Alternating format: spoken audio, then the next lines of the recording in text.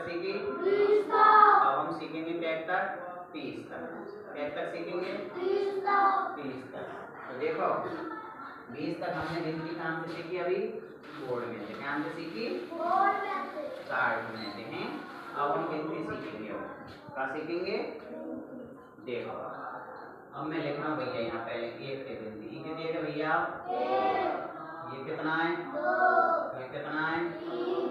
ये 4। ये 5। ये बताओ 7। ये कितना है? 8। और ये कितना है? 9। और ये कितना है? 10। यहाँ तक सीख के 10 तक सब पूरे? ठीक भैया। 10 1 बताओ कितने को हैं?